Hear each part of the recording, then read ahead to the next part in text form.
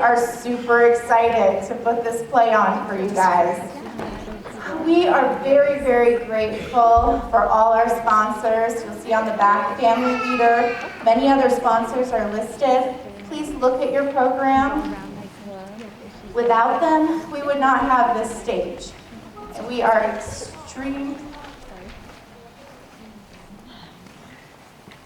we're extremely grateful. So,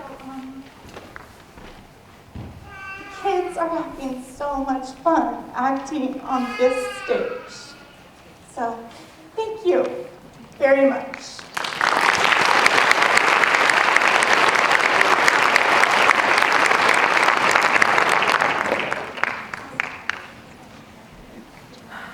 Now we present Anna Green.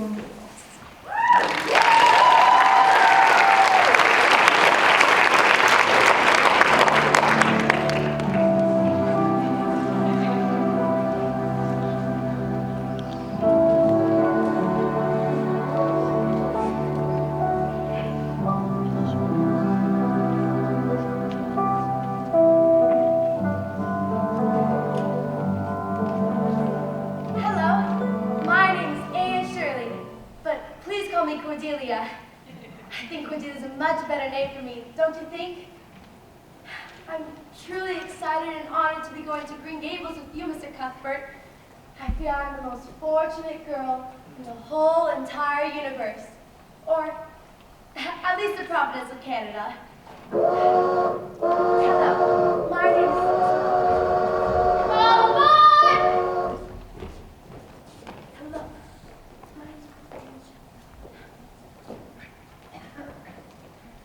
There she is, at the end of the platform.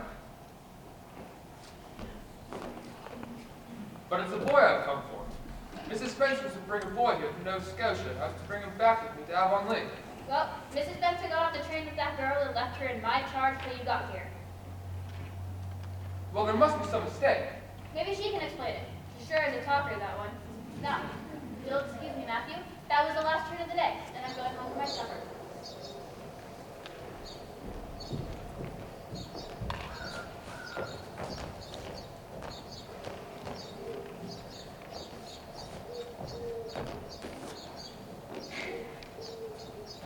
You must be Mr. Matthew Cuthbert. Well, now, I reckon that's me. Hello, my name is Anna Shirley. Please call me Cordelia. Oh, yes. I heard you saying this a little bit earlier. You were talking kind of loud. We tend to do that where I come from. I was beginning to be afraid you weren't going to come for me. If you hadn't, I would have climbed that big cherry tree down the track and spent the night in it. You're not a boy.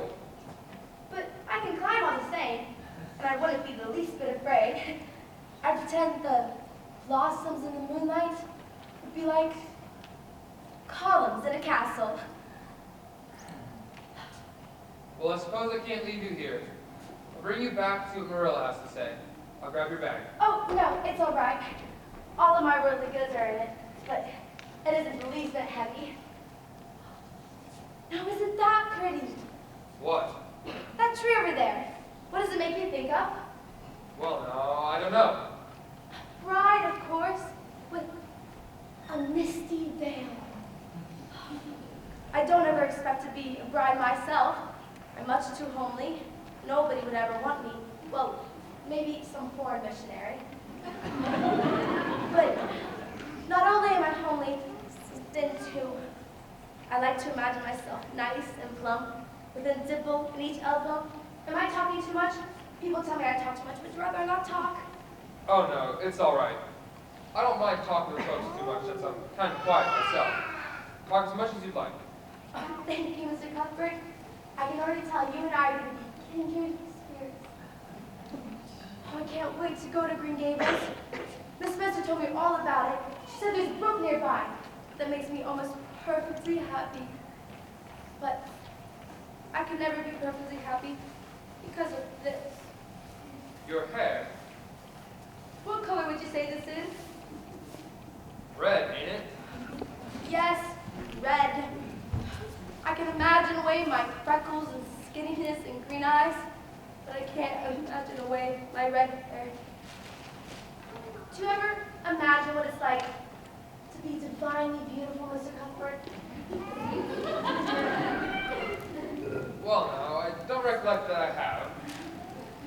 Do you think your sister must like me, even though I'm not divinely beautiful? I doubt that'll bother her that much. There's something else that might bother her a whole lot. Come along now, we must be getting home. Home. Oh, what a lovely sound. Almost angelic. I don't know if I'll ever get used to it. Well, let's hope you get the chance. Come along. Oh, yes, let's not delay. Miss Spencer told me all about green gables. Seems like a dream. I picture myself black and blue, hoping it wasn't.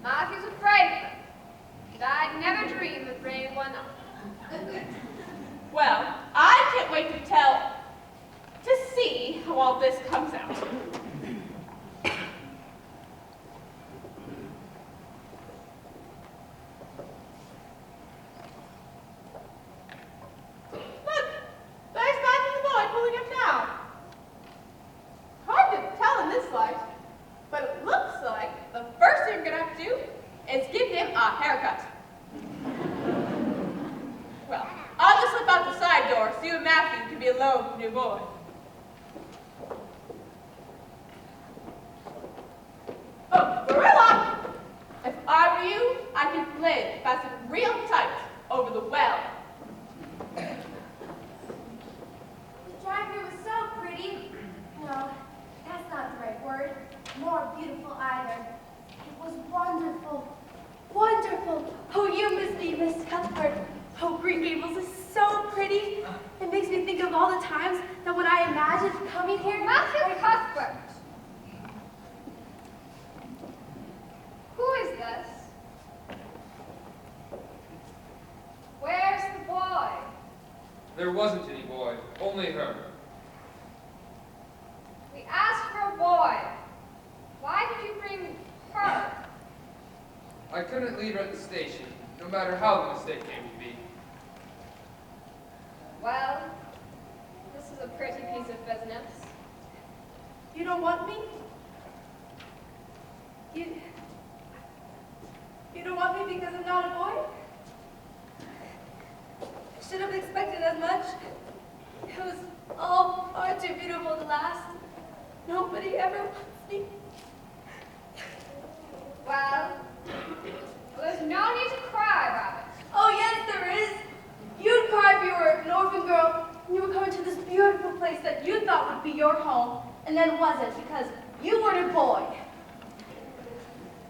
Well, don't cry anymore. We're not going to turn you out of doors tonight. What's your name? My name is Anne Shirley. Please call me Cordelia.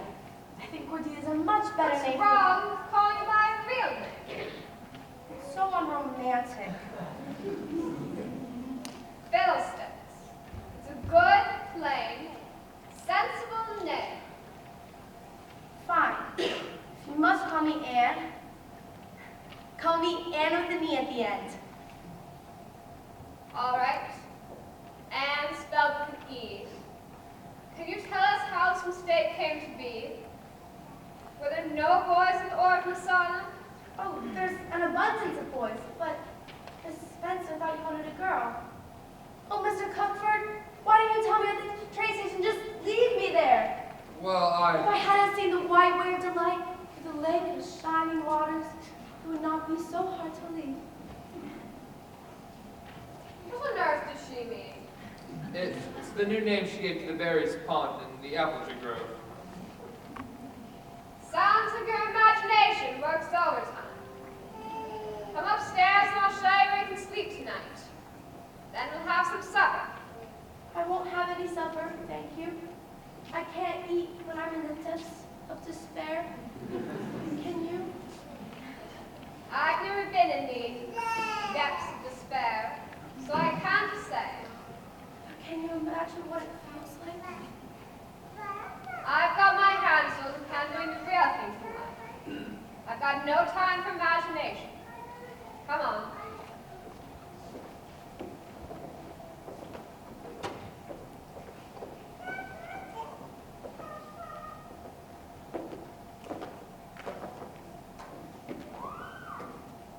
You can unpack the things first, then come back down. If you still don't want any supper, you can at least say goodnight. We'll send it back to the orphan asylum tomorrow. Well, now, Matthew Cuthbert, you never light up that pipe unless something's weighing on your mind. What is it? I was just thinking, it's such a pity that we sent her back, but she's so set on staying. You mean to say you think we ought to keep her? What good would she be to us? We might be some good to her. I believe that child has bewitched you. She's a nice thing, real interesting too. She talked my arm up all the way home from the station. Oh, she's a talker, all right. That's nothing in her favor. Anyway, you need somebody to help you with the chores. I could hire a local boy, part-time, and then the girl could be company for you. I'm not suffering for company, and I don't aim to keep her. And I wish you'd go outside with that pipe. I'll put the mare in the barn.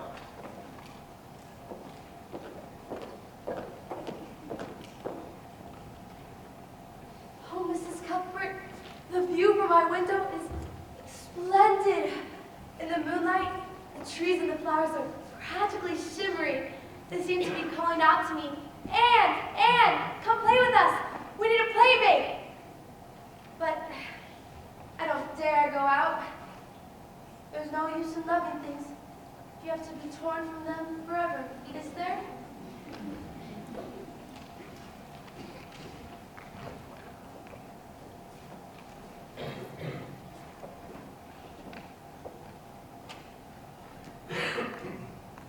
Can you do chores? Oh yes, I can cook, I can clean. I mean outside chores. Oh, never mind. That Matt, he got me thinking. He's a ridiculous man. Oh, I like him. He didn't mind how much I talked. He seemed to like it. I felt from the moment I saw him, we were kindred spirits. You're both kind of strange. That's what you mean by kindred spirits.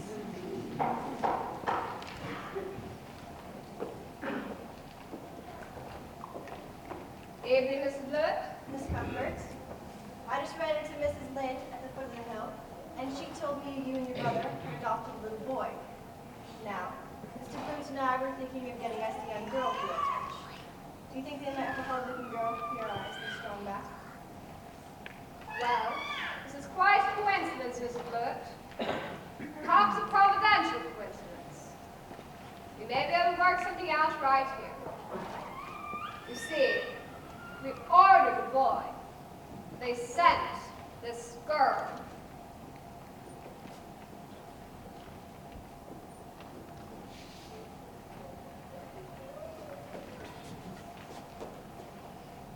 Not very stout looking. Bit wiry.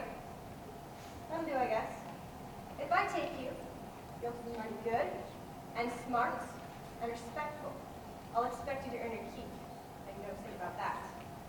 I got a large family, they borrow lots, and the baby's awful fresh. You can take care of the whole lot for me. Yes, I will take her off my hands, Miss Cuthbert, if you like. I can take her home right now. Well, that might be a good thing. For Matthew to think about. You see, we haven't absolutely decided we wouldn't keep her. We'll let you know tomorrow. Well, I suppose that we'll have to do.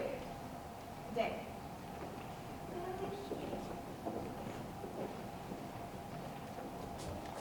Oh, Miss Cuthbert, did you really say that perhaps you'll let me stay at Green Gables? Just perhaps, and no more. Although Mrs. Blewett certainly needs you more than I do. I'd rather go back to the orphanage and stay with her. Oh, I'll do anything you want me to. Well, you might be started by going upstairs and getting dressed for bed. And don't forget to say your prayers. I don't know any. You've never been taught to say your prayers. You love God, don't you? Well, he gave me red hair, so I don't care for him very much. Young lady! It's you so strong religious training. We'll start right now with your prayers. Get on here with me. Now, repeat after me. Now I lay me down to sleep. Now I lay me down to... Why are we kneeling? Wouldn't we be closer to heaven if we were standing? I'm sorry, Miss Cuthbert, what comes next? I pray, Lord, oh, you're old enough to pray for yourself. Just thank God for his blessings and ask him humbly for the things you want. Heavenly Father, I thank thee for the white waves of light and the lake of shining waters, and that is all the blessings I can think of right now. As for the things I want, they're so numerous, I wouldn't be able to say them all, so I'll say the two most important. Please, please, please let me stay at Green Gables. Please let me be better looking when I grow up. Yours respectfully, Anne Shirley. Good night.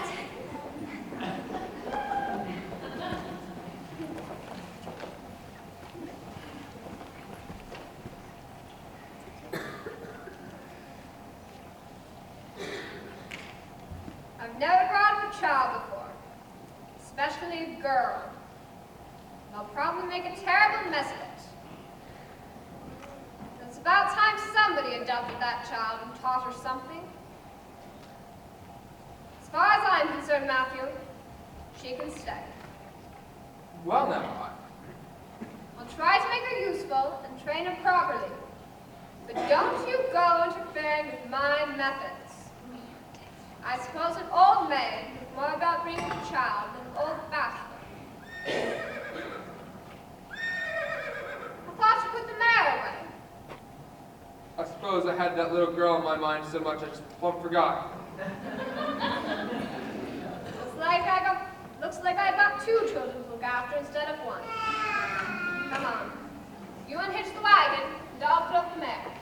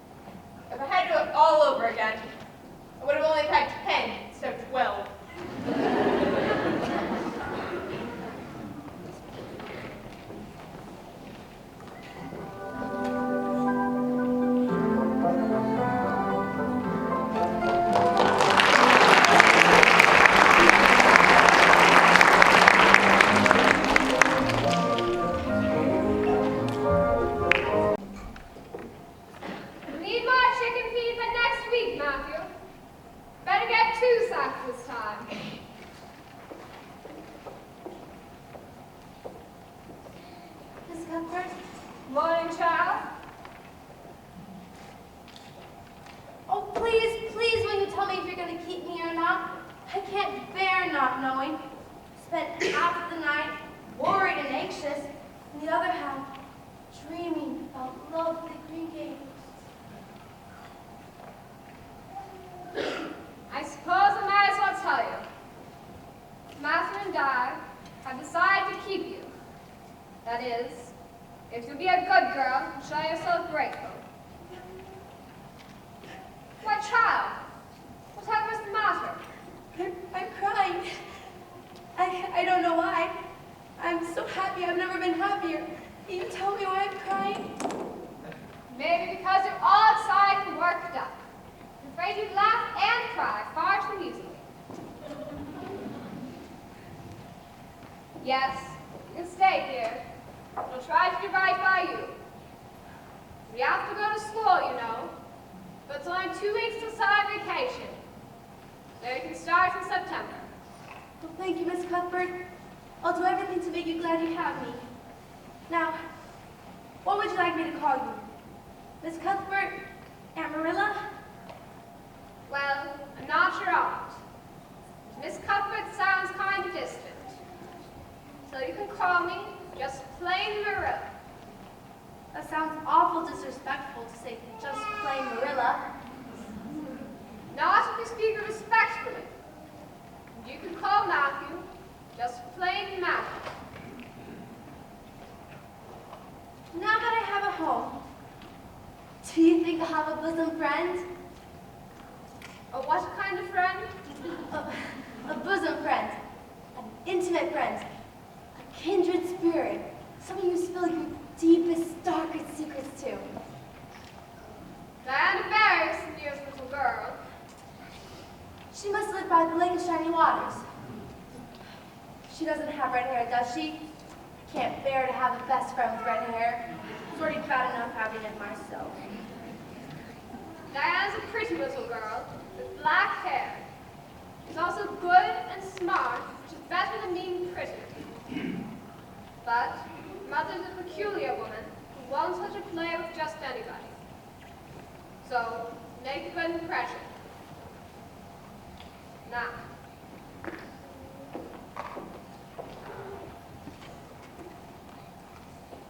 start learning this. What is it? The Lord's Prayer. A good place to start your religious training. Learn it by heart.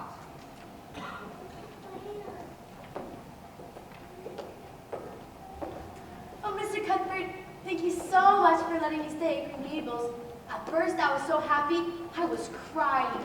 Now I'm so happy, I'm laughing. Have you ever been so happy you laughed and cried at the same time?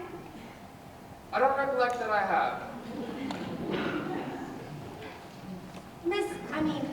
Marilla is having me learn this prayer. It's so beautiful, sounds just like poetry. Listen to this. Our Father who art in heaven. Oh, it's just like music. I'm so happy I'm learning it. Well, learn it. And hold your tongue. Maybe you better go upstairs to your room so you won't be distracted by your kindred spirits. Of course, Marilla.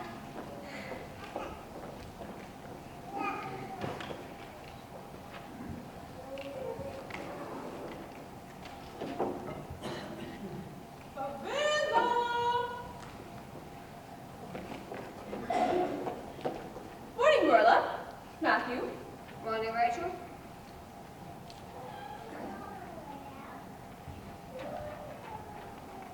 Where's the little boy? It's a little girl. Orphan Asylum made a mistake. So you're going to send her back? Of course. No, we're not. Matthew took a fancy to her. I have to admit, sort of like her myself. But you know nothing about her or her disposition. And you with no experience raising children. There's no guessing how a child like that will turn out. But I don't mean to discourage you, Marilla. You won't. When I make up my mind, it stays made up. I suppose you'd like to see her. And come down here for a minute. It's a great responsibility you've taken upon yourself, Marilla. You too, Matthew. Well, now, we'll see.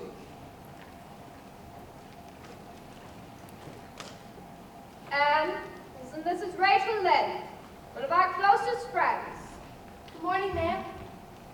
Well, they didn't pick you for your looks, that's certain. She's terribly skinny and homely, Marilla. Come here, child.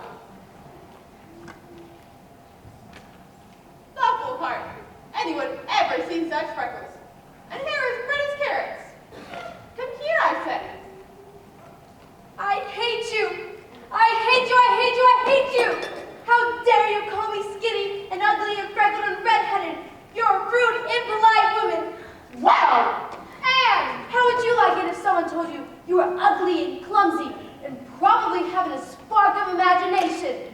You hurt my feelings, and I'll never forgive you for it. And back in the pot at once. Take anyone ever sees a good temper. She was very naughty, I'll admit. But you shouldn't have twitted her about her looks, Rachel. Oh, I have to be considerate of the fragile feelings of orphans now, do I? She's never really been taught right from wrong. She'll learn. And back in the potters this instant. Well, it appears she has no intention business of apologizing. You need to expect a visit from me anytime soon, Marilla. Good day! Rachel, I understand you. You come back to your thoughts this instant. Rachel, don't go just yet. Got to stop that one. Force Fred's episode. All of Avonlea. Rachel!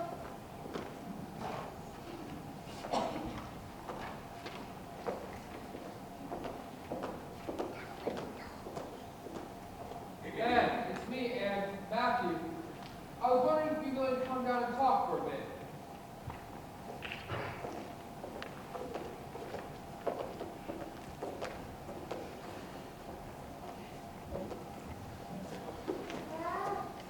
I really think you ought to apologize. Apologize to Miss Lind? Suppose I could do it for you, Matthew. I am rather embarrassed in my lack of self-control. But it's so humiliating to apologize to the person who started it. Just smooth it over, so to speak. I'll do it for you, Matthew.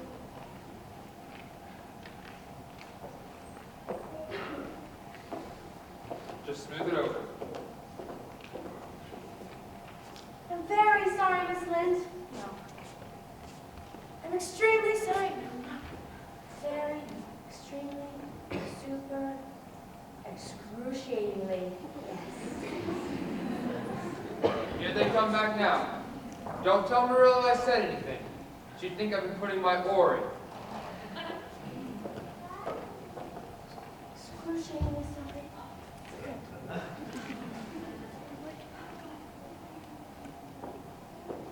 See if I can get her to come down and... Oh, Miss Lind, I'm excruciatingly sorry. I behaved badly towards you and embarrassed my dear friends, Matthew and Marilla, who've kindly let me stay at Green Gables, even though I'm not a boy. What you said was true. I am skinny, freckled, red-headed, and ugly. And what I said was true, too, though I shouldn't have said it. I'm extremely sorry, Miss Lind. If you do not forgive me, it will surely evoke a lifetime of sorrow over a poor, lonely, orphan girl. Please say you'll forgive me. There, get up, child. Of course I forgive you. You mustn't mind me. I tend to be too outspoken. Anyway, I knew a girl once with hair as red as yours. When she grew up, it turned out to be a real handsome auburn. Oh, thank you, Miss Lind. You have given me hope. I shall be a much better person if my hair would only turn auburn. Maybe she will turn out all right, Marilla. Especially now that she's come to live with civilized folks. In time, you might come to get along with her, young lady. If you take a notion, you might come to visit me one of these days. Of course, Miss Lind. Good day.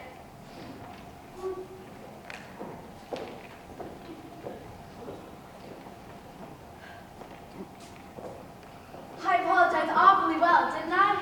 Maybe a bit too well. But I meant every word of it.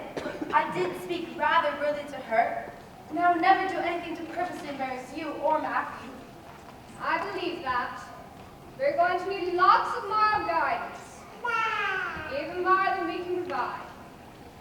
We'll get you started Sunday school and church right away. Now, let's go out to your room and see what you've got to wear. If necessary, provide in time for breakfast and get you a new Sunday dress. Oh, how exciting! Oh, and on the way, I'll practice the Lord's Prayer. While I soak in the lovely atmospheres of my new surroundings, and may not talk the whole way. Thanks be to goodness for that.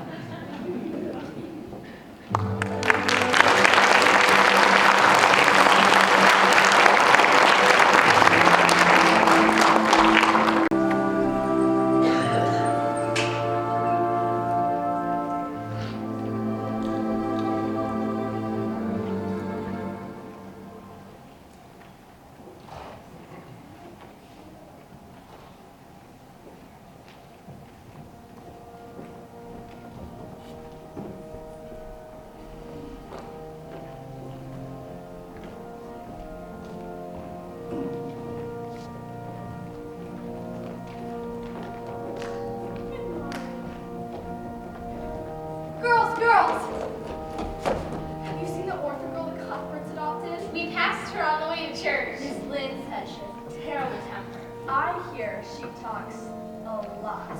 Jerry Booth, the Cuthbert's new hired hand, said he saw her talking to the trees and flowers like a crazy girl. When we passed her, she was picking flowers and putting them onto her hat. I think she should be putting something on her sleeves, like puffs. Have you seen the dress she's wearing? It's so unfashionable. You're just looking at the outside things. She may be very nice inside. Girls, may we please come to order? We've only a few minutes today because of the guest minister who will be speaking at church. Wow, how exciting. Yes, Minister? I wonder if he has a big family. I wonder if his sermons are better than Reverend Edwards. Now, if you'll open your quarterlies. Hello. You're late. I'm extremely sorry, Miss. I was waiting for Marilla, but she had an awful headache before we come, so I had to find a way to church myself. Dallying all the while, I see. Funky flowers. Oh, yes. Aren't they lovely? Roses and buttercups, although I know pink and yellow aren't my colors. In the future, I suggest you pin bouquets on your dress, where they belong, like the other girls. Why does it matter where they're worn, as long as they are worn? I'm sorry, Miss. I'll just sit down. Now, as I was saying before I was interrupted, open your quarterlies to this Sunday's question page. But do not look at the answers. Yes, Miss Rogerson. Now, I expect all of you, except for the new little orphan girl, of course, to know all of the answers. Yes, Miss Rogerson. On which day did God create the fish and the fowl? Yes, On the 5th day, God created the fish and the fowl. that's correct. Where was Cain sent after he had slain his brother Abel? Yes, Cain was sent to the land of Nod, east of the Garden of Eden. that's right. What punishment did God visit on the evil serpent? I'll try you again. God made the evil serpent crawl on his belly and eat dust the rest of his days. She doesn't even hop accordingly. Child, how long have you been studying the Bible? A week. Marilla's been teaching me. You must be a fast learner. Marilla's a fast teacher. The girls in this class are encouraged to memorize and recite scriptural passages. Do you know any? Well, I know the Lord's Prayer, but I'm sure everybody knows that one. Oh, I do know one. It's called The Dog at His Master's Grave. It's not a truly religious piece, but it's so sorrowful and mournful that it ought to be.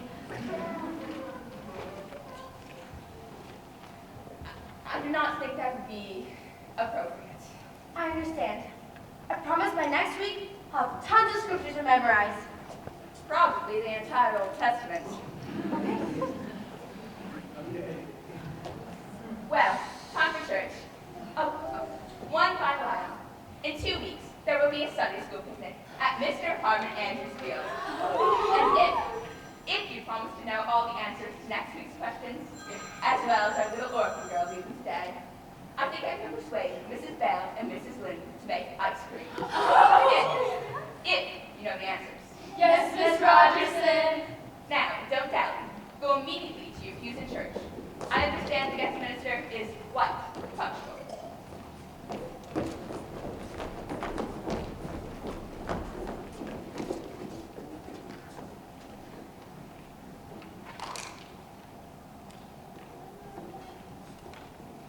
You're gonna be late for church. I've never had ice cream before. You will. At a picnic.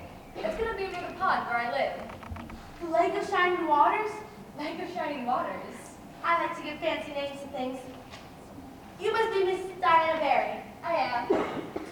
My name's Anne Shirley, but I'd rather be called Cordelia. But Marilla says that will confuse people. Well, it's nice to meet you, Anne. Likewise. We live very near each other. I live at Green Gables. Oh, yes. It'll be nice to have someone to play with. None of the other girls live near me, and my sister, Minnie May, is 2 Lizzie. Then it's settled. What's settled? We shall be bosom friends. I suppose. Do you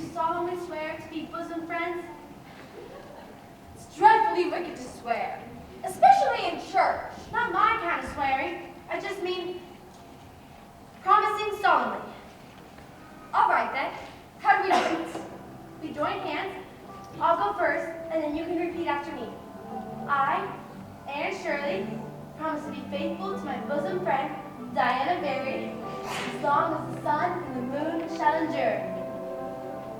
I, Diana Berry, promise to be faithful to my bosom friend, Anne Shirley, as long as the sun and the moon shall endure. I heard you were a strange girl, Anne Shirley, but I think I'm gonna like you real well. Girls, stop dallying. It's time for church. Oh, we weren't dallying, Miss Madison, only swearing.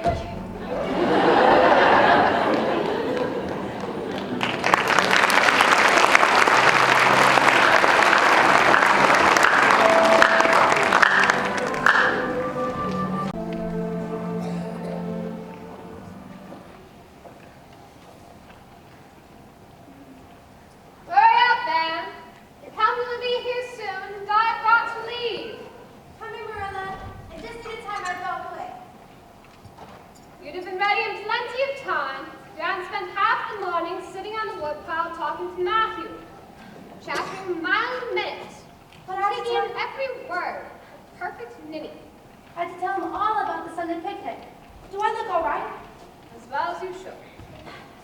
Thank you for letting me wear my nice dress. Against my better judgment, But you have to look your best when you're entertaining your best friend. This is all perfectly elegant. Fruitcake, muffins, cookies. I think there's some raspberry cordial left over from the church social. You have that too. Raspberry cordial. I'm here, Marilla. Coming, Rachel! Now, the minute Diana leaves, you have to get Matthew and the hard hand their supper. They should be back from the vessel very soon. Be sure and keep your wits about you when you're cooking.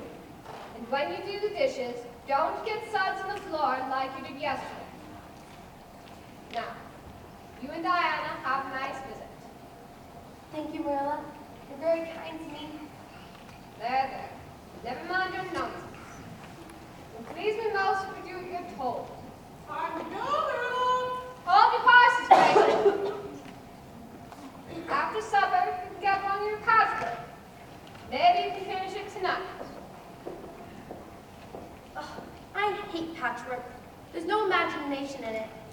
Wish time would fly as fast when I'm doing patchwork as when I'm playing with Diana.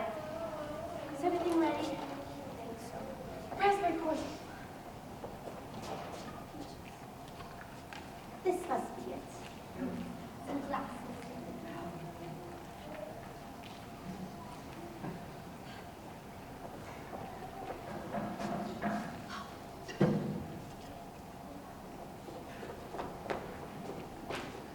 Miss Barry, how are you? Very well, thank you. And you? Very well. How was your mother? She is doing well, thank you. And Miss Cuthbert? The same. She accompanied Miss Lynn to the Ladies' Aid Society this afternoon in Charlottetown. And Mr. Cuthbert? He and the hired hand, Mr. Boot, are hauling potatoes to the vessel. Our potato crop was very good this year. I assume yours was as well. Yes, very good. Oh, don't you love to talk elegance? Yes, it's just so elegant. We have so much to eat and drink, Diana. And best of all, Marilla's homemade raspberry cordial. You can have some first. I'll start with the fruitcake, and then we'll have some tea. Oh, this is so much fun. I'm so glad we're friends. Bosom friends. Of course. Do you think Mr. Phillips will let us sit together when we're at school? Why, he just has to. And if we're lucky, we'll be right across from Gilbert Blythe. Who's that? Why, just the most handsome and smartest boy in school. He teases the girls something terrible. Torments our lives out. It's wonderful. But he won't be in school the first week. He's visiting his cousins in New Brunswick. Well, I, for one, will be able to handle a week without Mr. Gilbert Blythe. Oh, I came up with the best name for the circle of birch trees where we made our playhouse. Idlewild. What do you think? I'm enraptured by the name. Idlewild. You finished your cup already. Would you like some more? Yes, please. It's the best raspberry cordial I ever drank. Everything Marilla makes is the best. She's teaching me to cook, but it's all uphill. I start to daydream and forget to add things, like when I forget to add the sugar to the cake or the flour to the bread. Last week was the worst. We had some leftover plum pudding sauce, and Marilla asked me to cover it. Well, I forgot all about the covering, and Diana, a mouse drowned in it. Imagine! A mouse!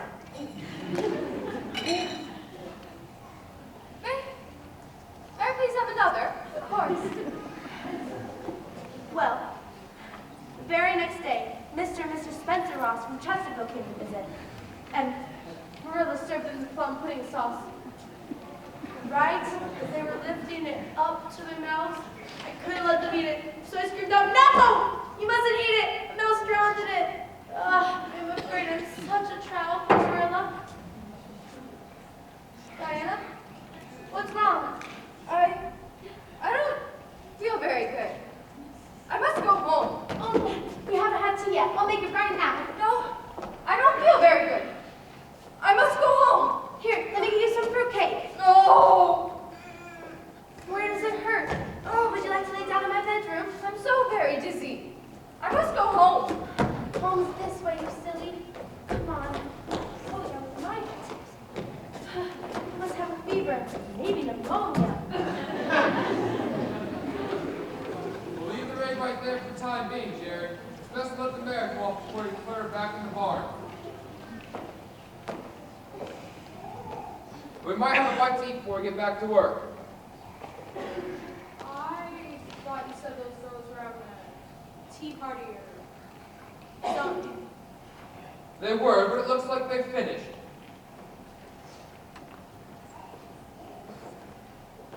Some mighty fine leftovers here. Help yourself.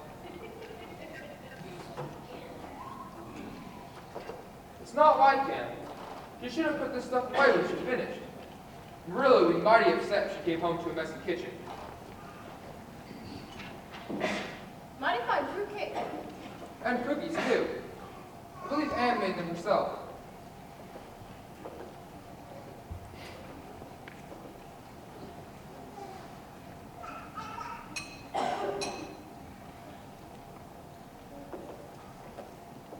You're mighty fond of that girl, ain't you, Mr. Cuthbert? Well, Jerry, truth to tell, I've always been a little bit afraid of women, and girls too.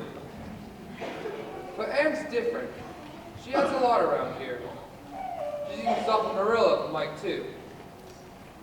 Of course, she won't admit to that.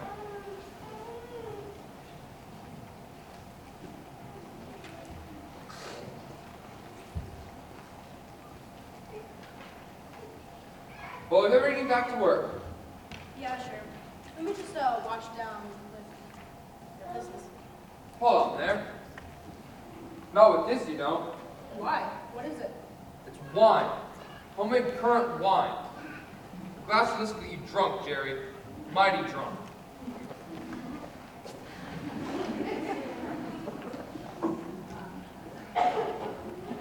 Let's go.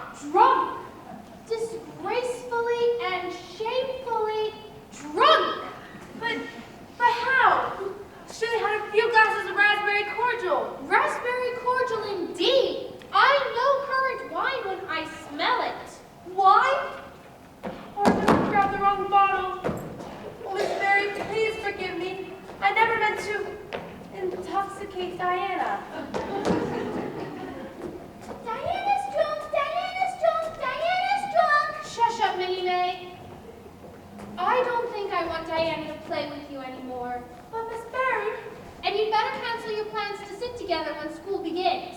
but Miss Barry, this will surely invoke a dark cloud of woe over my lonely life. Oh, I think I'm gonna be sick. Minnie May, help me get your sister to her bedroom. As for you, young lady, I think you had better take your big words and dramatic gestures home with you and behave yourself. Yes, Miss Barry. Oh, I don't think I'm gonna be sick. I know I'm gonna be sick.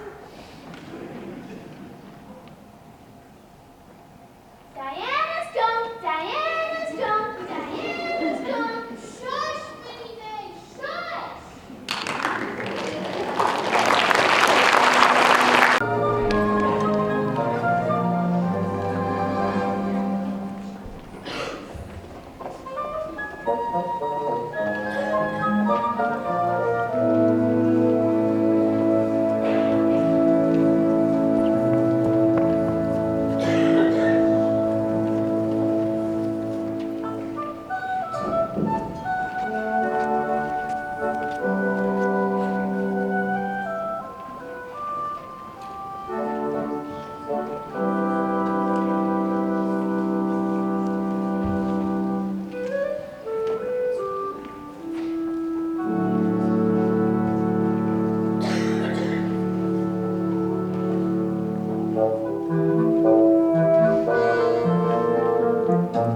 Charlie, don't stop that!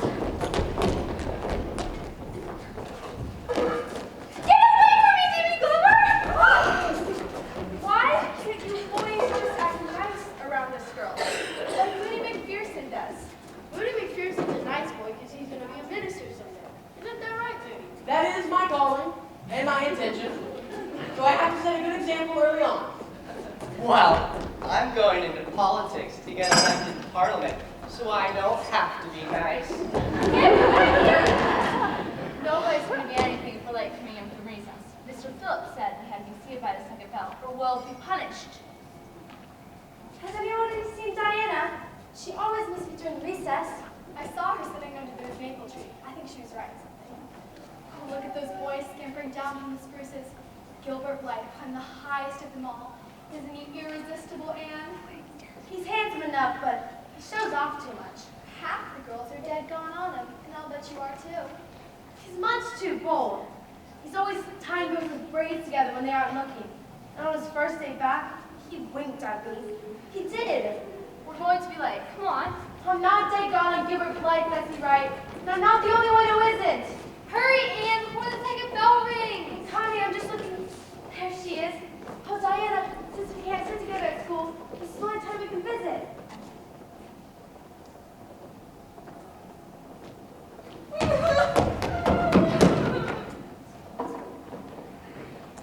Dear Anne, Mother says I'm not to play with you or talk to you, even in school or at recess. Please don't be cross with me, because I love you as much as ever. I miss you awfully to tell my secrets to. Made you a bookmark out of red tissue paper. When you look at it, remember me, a true friend, Diana Barry.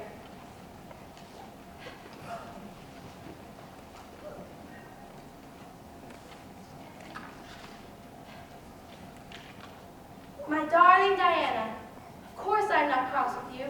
You have to obey your mother, but our spirits can still commune. Yours until death do us part. And, or Cordelia, Shirley. P.S. I shall sleep with your letter under my pillow tonight.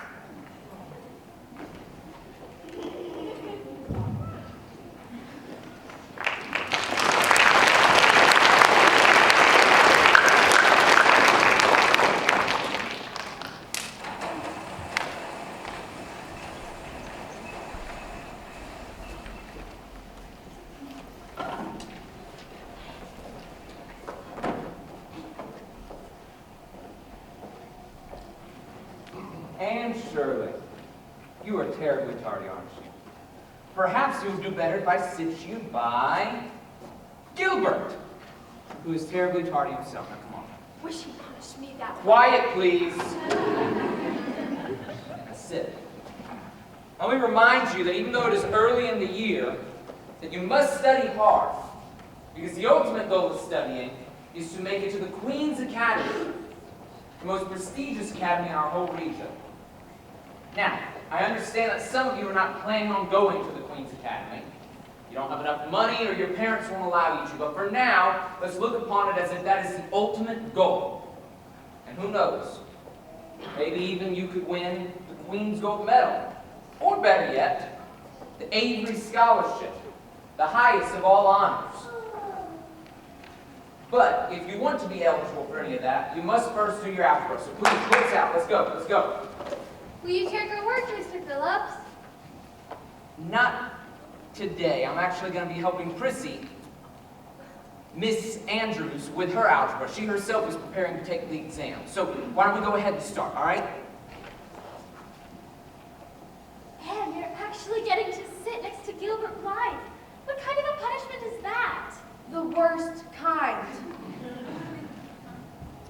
Stop it. Hey, Anne. Anne. Carrots. Carrots. How dare you! Charlotte! What is the meaning of this? Now, I'm sorry to see such a pupil of mine display a terrible temper!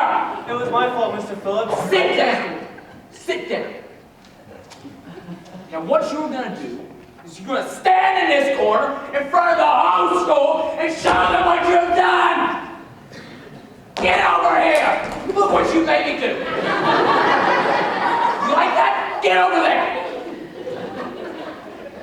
Give me this!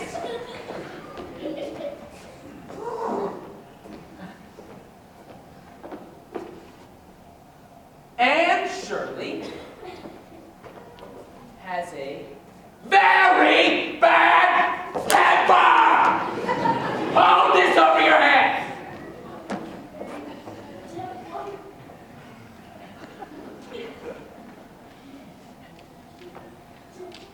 I'm going out for a minute. If you have finished your algebra, you may talk quietly.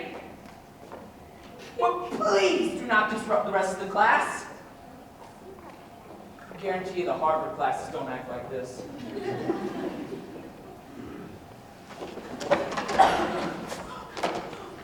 Oh, poor Anne!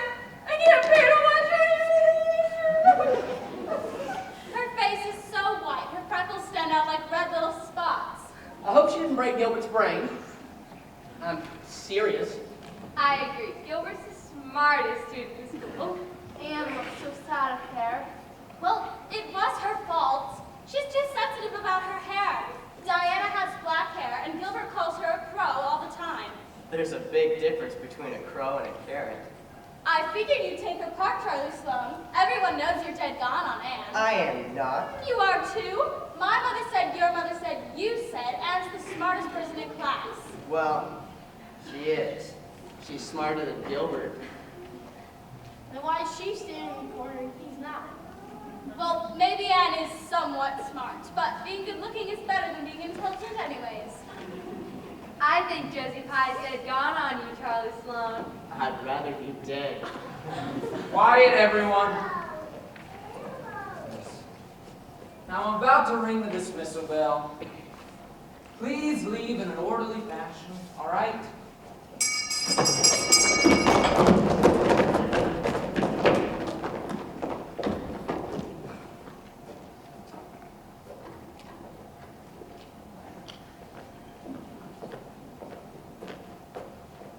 You may go. Anne, I'm awful sorry I made fun of your hair. Honest I am. Don't be mad at me for keeps. Here's a candy heart I brought all the way back from New Brunswick.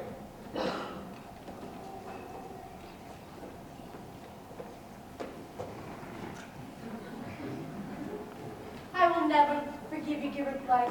Never. No, Diana, you mustn't speak to me. You must honor your mother's orders. I've been humiliated beyond belief. And look at this. Mr. Phillips forgot the E at the end of my name. That settles it. I'm never coming back to school. Nothing anybody can say, not even Marilla, can change my mind. Oh, we shall never get to see each other again. But thy memory will shine like a star over my lonely life. I read that in a book somewhere. It was really good.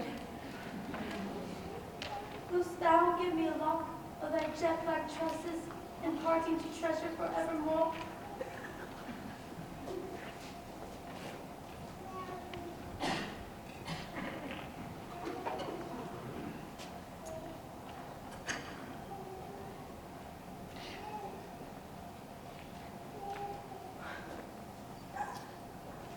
Now you must go, lest we be seen together.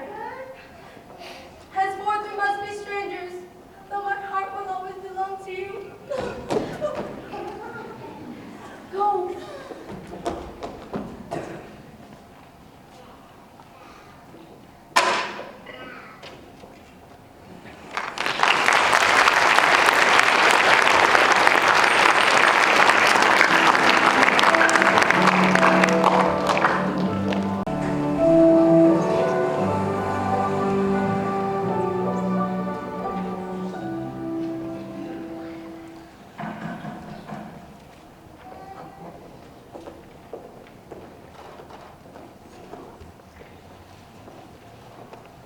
Is Marilla ready? She's helping Anne at the moment. She'll be down in a moment. Is the little thing sick? If so, it's probably about that business of quitting school. Anyway, I'm glad you took my advice and didn't make her go back before she was ready. Besides, she's not missing much. That Mrs. Phillips is a terrible teacher. And his uncle wasn't a trustee. He wouldn't have the school. Let's just hope he leaves this year when Chrissy Andrews goes to Queens. If she passes the examinations. Do you think Anne will ever want to go back to school? Of course. The less said about it, the quicker she'll go. Well, when she does, I like her to have a nice dress to wear, like the other girls. Matthew Cuthbert, for once I agree with you. The way Marilla addresses that child is positively ridiculous. Yes. Why don't you pick something up from Blair's while you're in Carmel? Of course. If I don't find one I like, I'll make it myself. Just make sure it has them fluffy things on the sleeves. Puffs, of course. It'll be the latest fashion. Side, hold you up, Rachel. And Mrs. Len's here. Come down and say goodbye to us. We'll be gone a couple of days. You ought to come with us, Matthew. Half the town's going. Might be an early chance to see a premiere in Canada in person. Matthew's not big on political rallies. Maybe he's afraid I'll embarrass everybody when I ask the mayor why he won't give women the vote.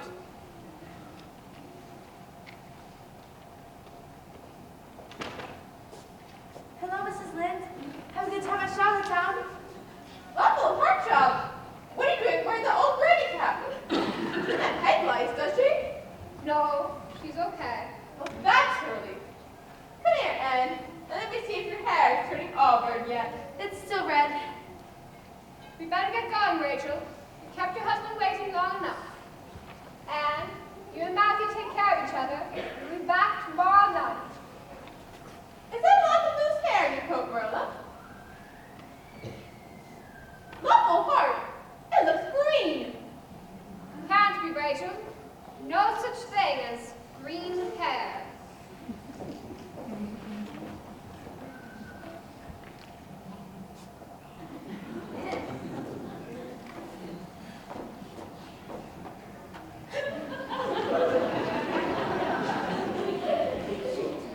There now, it's going to be all right.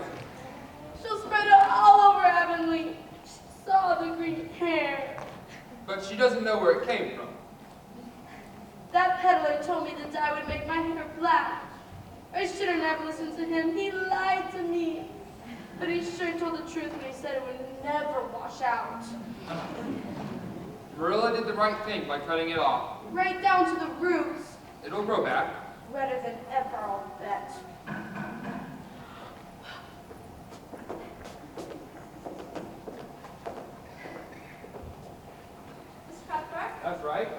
Miss Susan Stacy. Why don't you sit down? No, thank you. I've been rather a hurry since I'm calling on several families today, although numbers seem to be on their way to Charlottetown. You must be Anne. Yes, Miss Stacy? I've heard a lot about you, and good things I might add. This is, lovely. I'll come straight to my business, Mr. Cuthbert. Is it possible a teaching position in Avonlea may be available next year? Mr. Phillips is leaving. It's not definite, but I have been encouraged to apply. I'm from Montague. I was a Queen's graduate and was second runner-up for the Queen's Medal, and might have gone an Avery Scholarship had Queen's been given one the year I graduated. I don't say this to boast, but merely to state my qualifications. Well, you sound qualified to me. Why don't you just start right away? Thank you for your votes of confidence. I like Avonlea, and I would like to teach here, but I want to teach students who have goals and ambitions beyond Avonlea. With the brightest and best wish to continue at Queen's or a similar institution, and with the parents or guardians be willing to pay for their child's education in such a place? I certainly don't expect an answer from you now, but I would like you to think about it, and if the opportunity arises, I'll call on you again. Miss Stacy, I didn't even go to school. I might have you as a teacher. That wouldn't be until next year. We miss a lot if you stay out till then. I have my reasons for not going. I'm sure you do. But do those reasons outweigh your desire for knowledge and the dreams that knowledge can bring? I'm sorry, I've overstepped my boundaries. I enjoyed your visit. Good day, Mr. Cuthbert. And hope we meet again.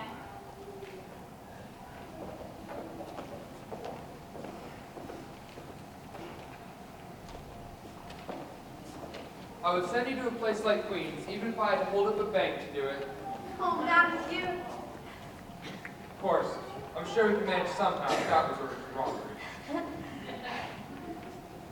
You know, if you want to go to Queen's with your friends, you're going to have to think about going back to school soon. That man humiliated me. Everybody laughed at me. I would be mighty proud if you passed this entrance examination someday. I bet you'd be even more proud if I got that gold medal. Or maybe even the Avery Scholarship. I'd be very proud indeed. What would make me most proud is that you try your hardest, even when you do not feel like it.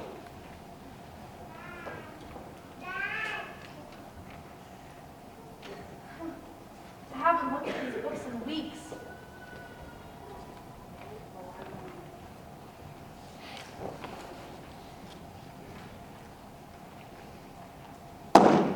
I hate geometry. I hate Mr. Phillips, and I hate school. And I'm never going back. Anyways, everybody would know I cut my hair.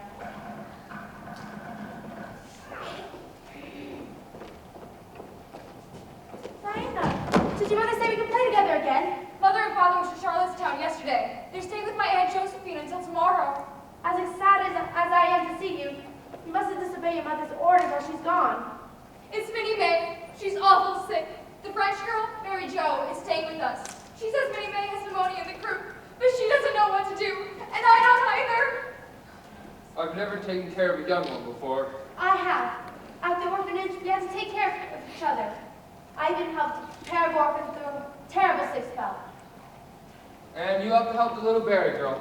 I'll head into town and see if I can find a doctor. I think he went to Charlottetown with everyone else. Now we will find somebody. I'll grab our bottle of Ipecac in case you don't have any at home. Oh, hurry, Anne. Minnie Mae is calling for something terrible. She looks just awful, and I'm afraid she may be dying. We won't let her die, Diana. Now come on.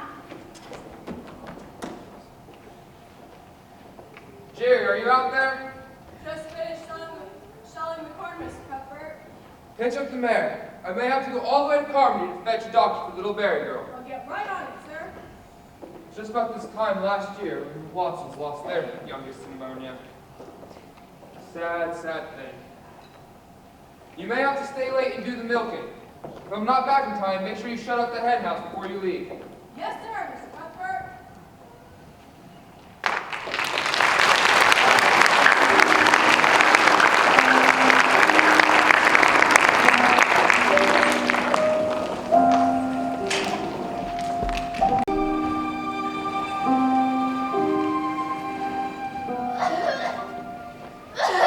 She'll do better in here where it's warmer. That room is far too cold. Diana, give me a spoon for the Ipecac. Mary Jo, lots And give me some hot water. Yes, right away. I'll do the best I can.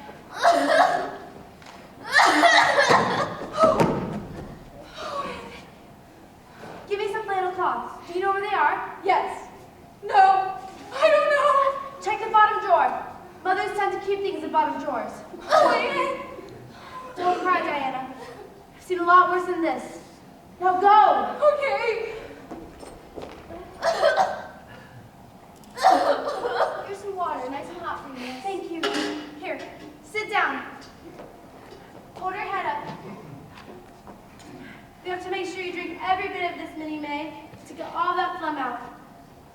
Wake up, Minnie May. Wake up. You have to stay awake. Take this.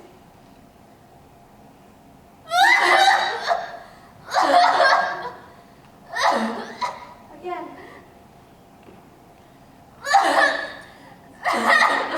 Take all this. Oh, you poor thing.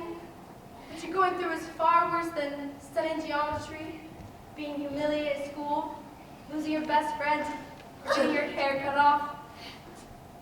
When that is over, the time for pride and vanity is over. You're going to pass those entrance exams, aim for highest honors. Matthew Murillo will be so proud of me. The time for self-pity is over. But right now, I just have to get you through this terrible crisis.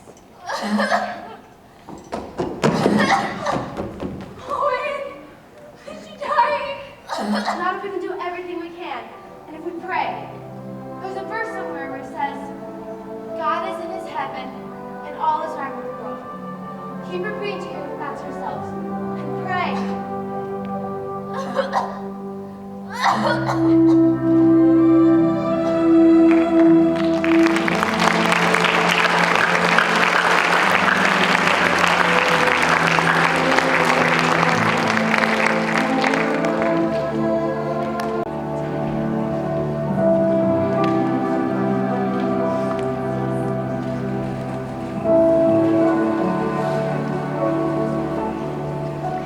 How does Anne look? You'll see soon enough.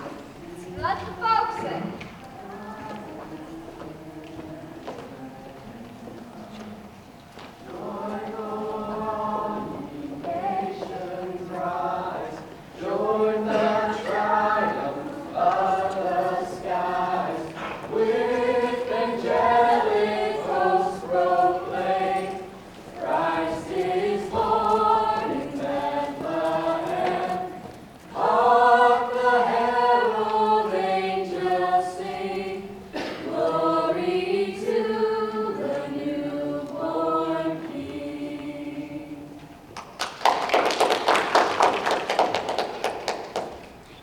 Well, it was mighty fine seeing you, everybody. You deserve a reward. Oh, we've had too many rewards already. And the bites, the spurgeons, the gillises, and the pies, and we've got 3 more stops to make. Where's Anne? Still getting ready. Oh, she just has to look perfect for the concert tonight. She's the star of the program. She's one of the stars. Ruby's reciting too. And so is Gilbert. And since you sing your solo, Diana, and that's real good. Oh yes, but I'm not nearly as good a singer as Anne is a speaker. Why, when she recites "A curfew shall not ring tonight," it sends chills up and down my spine. Well, she's been practicing it all over the house today. Didn't hardly have time to open her presents. Oh, Minnie May, did you bring Anne's gift? I left it out in the sleigh. We'll go get it. We're mighty grateful to Anne. We have her to thank for Minnie May being with us this Christmas. The doctor said that Anne saved her life. Well, Anne is equally grateful. You came right over here and asked for forgiveness regarding that other matter. I remember how she flew out of here when you said she could play with Diana again. And they were sitting together the very next day. When Anne came back to school, her hair made her look like a perfect scarecrow. Well, her hair grew back faster than the scarecrows would. Merry Christmas, everyone. Oh, Anne! Oh, your dress! It's beautiful.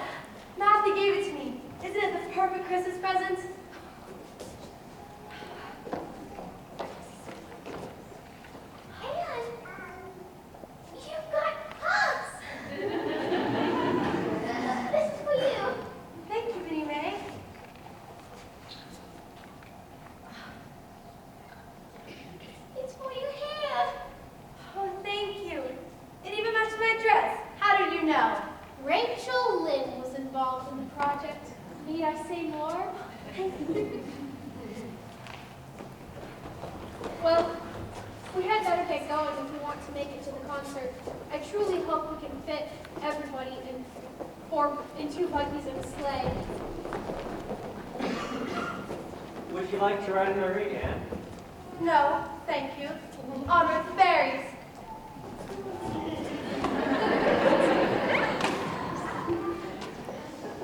Since Anne is spending the night with Diana, Matthew and I will go in our own buggy.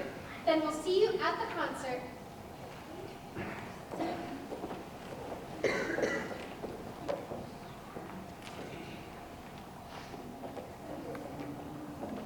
She looks awfully pretty in that dress.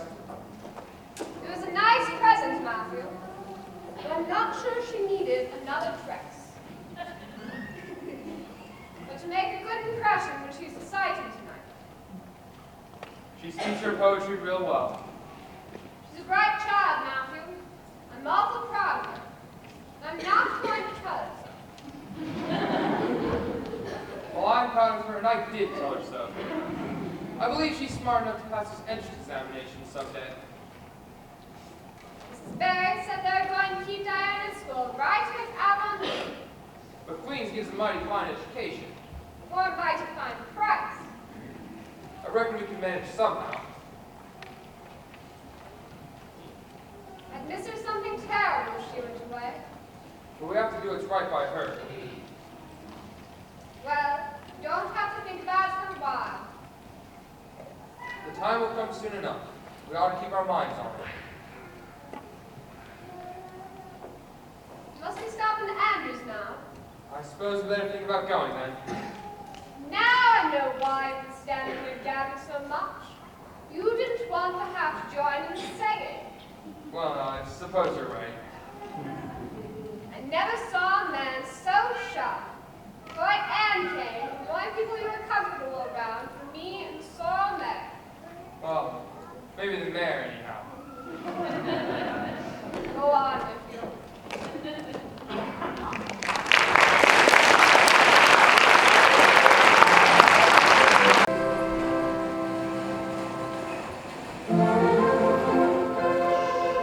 Oh, what a perfectly brilliant evening. Yes, everything went off so well. Your solo was so elegant. I was so proud when they called you for an encore. Well, your recitation simply brought the house down. And Gilbert was splendid too. He looked at you the entire time he was reciting. I didn't notice. Oh, Anne, isn't it wonderful we get to stay up as long as we like? The curfew shall not bring tonight. I know. Why don't we go into the bedroom and read? It'll be special since we get the spare room tonight. Spare room. Let's race and see who gets the warm side of the bed. And then we'll put on our nightgowns, jump on the bed, and read far into the night. Whoever touches the bed first wins. On your marks, Get set. go. Hey!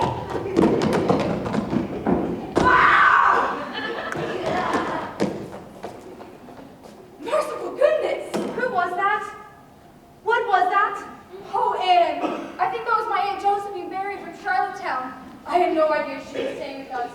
She's old and rich and prim and proper. Oh, I'm sure she'll scold us something dreadfully. There you are! You are the worst behaved girl I ever saw! Your parents ought to be ashamed of the way they brought you up! But Miss Mary, Who are you? And another thing, I will not pay for the music lessons as I promised your father! but Miss Mary, Who are you? And another thing, I will not stay the whole 2 weeks as planned. I will leave for Charlottetown in the morning, taking with me any monetary considerations I had for this family. but Miss Mary. Who are you? And another thing. Who are you? My name is Anne Shirley. I live in Green Gables. And it was all my idea, jumping on your bed like that. You must have blamed Diana. Oh, I mustn't, eh? It was all in fun. Oh, please forgive us. At least forgive Diana and give her her music lessons back. If you must be cross with anyone, be cross with me. In my early days as an orphan girl, many people were cross with me, so I can handle it far better than Diana can.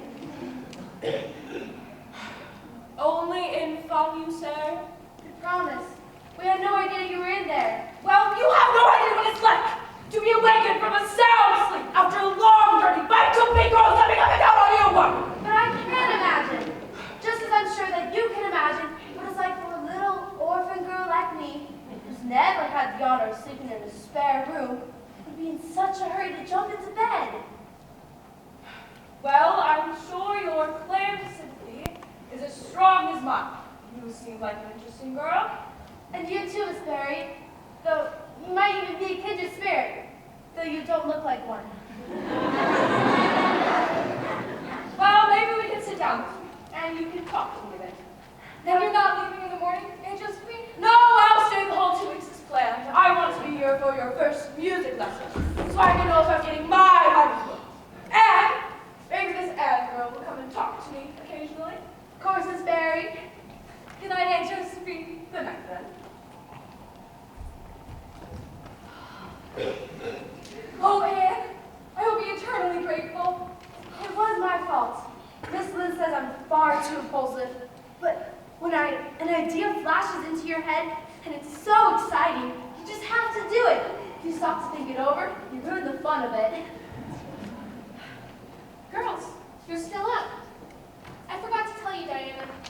Your Aunt Josephine came while we were at the concert, and your father gave her the spare room. You'll have to sleep with Minnie May tonight. I think you should go to bed now, and for heaven's sakes, don't wake up Aunt Josephine. She'd never forgive you if you did. And Diana, that might mean the end of your music lessons. We wouldn't dream of waking your mother. Wouldn't dream of it at all.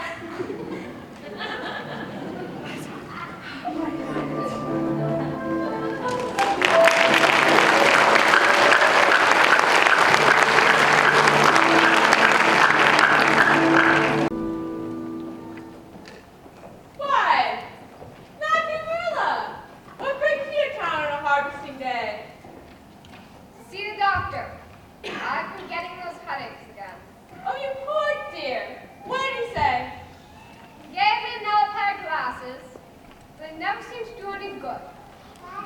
He said that I need to see the specialist next time he comes to the island. Of course, it's Matthew that ought to see the doctor, which was his heart and all. But I can't get him to go. Is Anne back from the exhibition in Charlottetown? Mr. Barry is driving her and Diana back tonight. It was nice for Josephine Barry to let the girls stay with her. I always thought that one was an old sourpuss, but she sure took shine to Anne. Like everybody does. Matthew, I saw your crate parked outside the old general store, and that old mare looks awful thirsty. Well, I suppose we better get going home. Come on, Marilla. Matthew, why don't you water the mare? I need to talk to Marilla about a new recipe I'm considering. She'll be right along.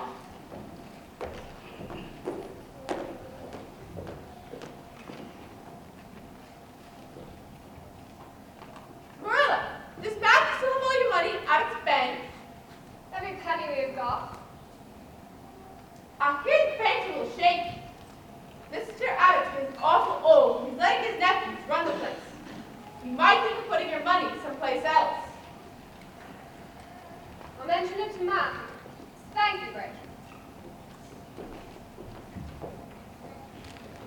Why? The Reverend and Mrs. Allen. Good day. Mrs. Lynn.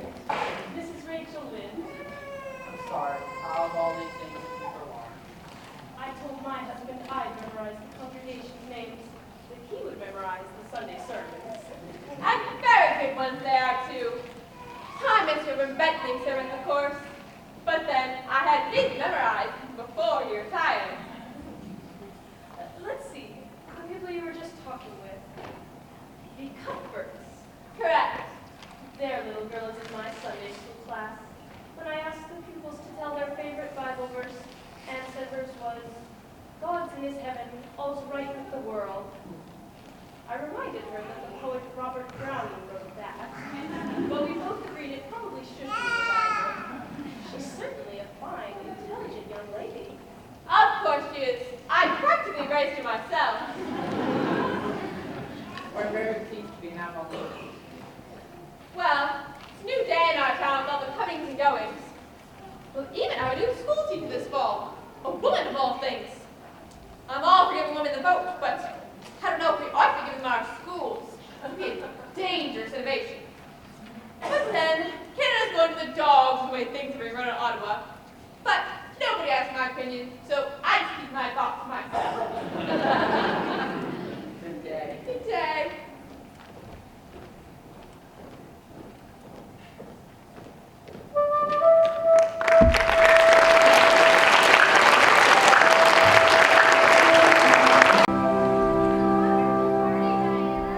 Shall we take our seats in the parlor?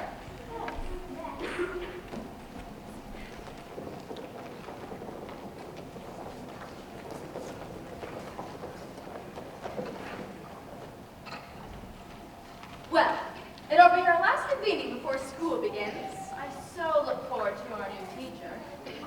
As do I.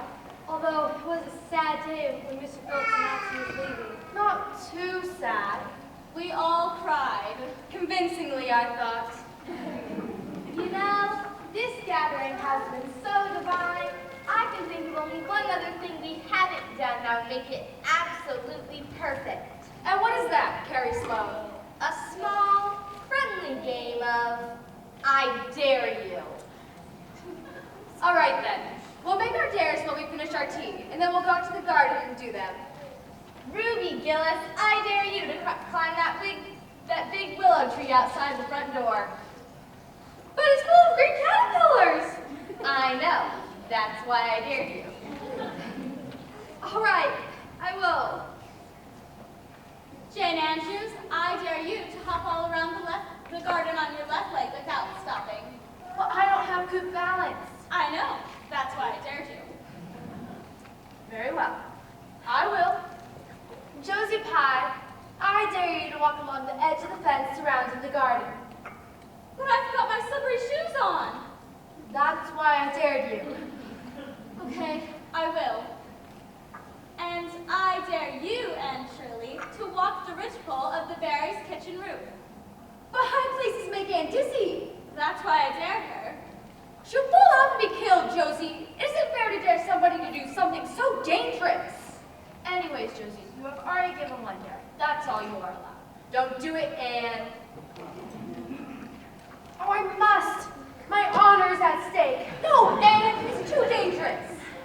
Let's go. I'll even go first. I shall walk the ridgepole or perish in the attempt. Wait, no! Someone help me take these cups back to the kitchen. Mother will kill me if I don't.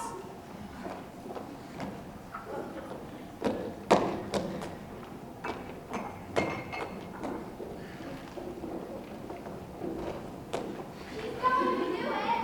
Look at her climbing the ladder. She's up on the roof.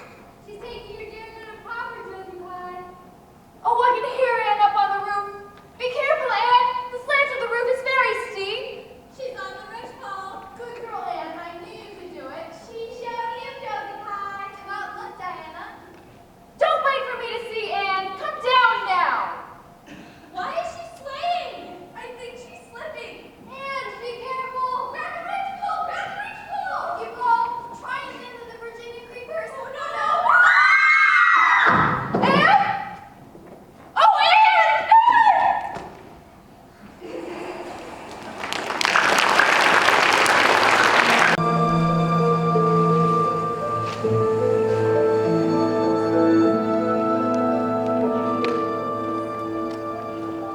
I don't see why I need to be here when she comes. It's customary for the whole family to be on hand when company arrives. It ain't the preacher himself, it's just his wife. Land sakes! Never saw a man so afraid of women. I ain't afraid, I just need to get the cows fed. She'll only be here a little while. Anyway, there's something I need to talk to you about while we're waiting for her. There's some talk about the Abbott Bank. Say it's a little shaky. That's all it is. Talk. Papa kept his money in the Abbott and it was safe for all those years. Time to change it. I'd feel better if we put what we've got over in the savings bank.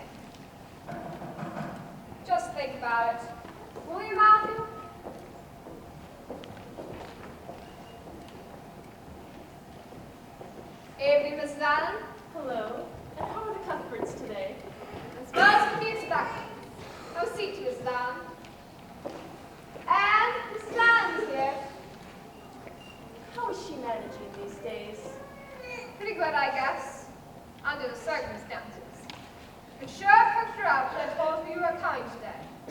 She even baked a cake special for you. How thoughtful.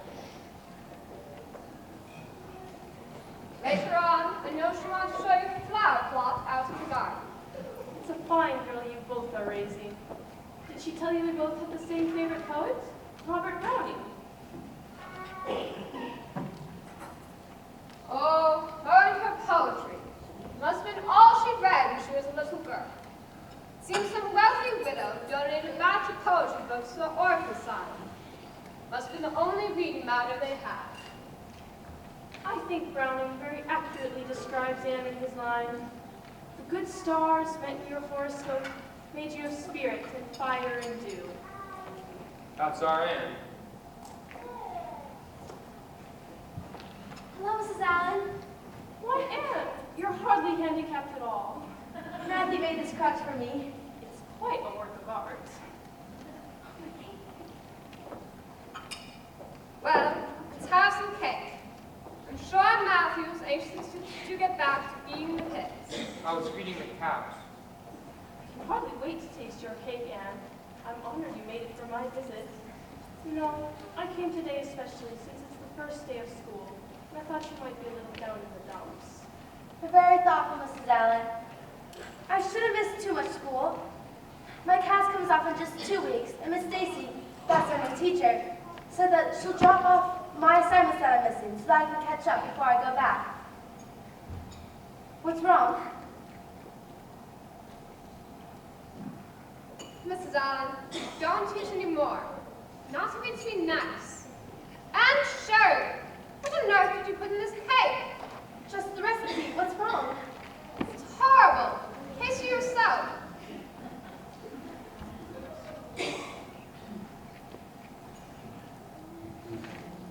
What flavoring did you use? Just vanilla. The bottle's in the cupboard.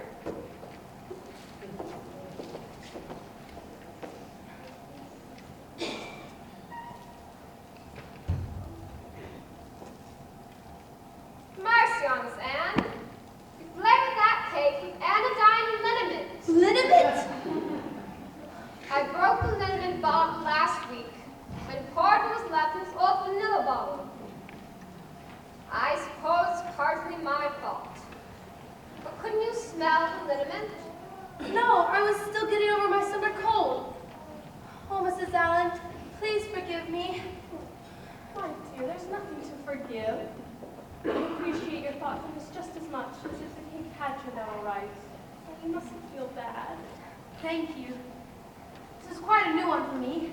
I make mistakes quite often, but the good thing is I never make the same mistake twice. Well, I don't know if that's much benefit when you're always making new ones. But don't you see, Marilla? There has to be a limit to the amount of mistakes one person can make. And when I get to the end of all my mistakes, I'll be done with them forever. I guess I can feed what's left of the cakes for pigs. Matthew, you can get back to feeding the cows. Anne, I'm very eager to see your flower plot. Why don't you show it to me? Of course. I love the fall flowers the best. I think they're the prettiest when they're Gilbert Blythe. Hello, Mrs. Allen. Anne? Gilbert.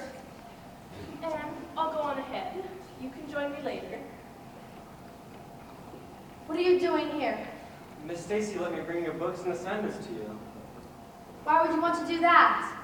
Well, maybe. It's because I don't want to have you any excuses when I score higher than you on the Queen's entrance examinations. Perhaps you'll be the one coming up with the excuse. We'll see. Well, goodbye. Gilbert, Yes? thank you again. Again? I was thinking about that time at the river last summer. Oh, when you and the other girls were acting out the Tennyson poem, and your flatboat started to sink. Well, I couldn't let you drown, could I? I'm just glad I happened along when I did. I am too. And has it ever occurred to you that we might possibly be friends? It has, somewhat. I'm awful sorry I reformed your hair. Besides, that was so long ago. I think your hair is awful pretty now. Honest, I do. Carrots. You called me carrots. I will never be friends with you, Gilbert Blythe. Never! All right. I'll never ask you to be friends with me again, Anne Shirley. Goodbye. Why did he really bring these books? Was it so that I wouldn't have an excuse if he beats me at the entrance exams? Probably so. Well, I'll beat you, Gilbert Blythe. And when we're at Queen's, I'll study day and night to make sure you never get that gold medal. And your chrysanthemums are lovely. What brilliant yellows and browns. Mrs. Allen. Coming, Mrs. Allen. Just takes me a bit with this crutch.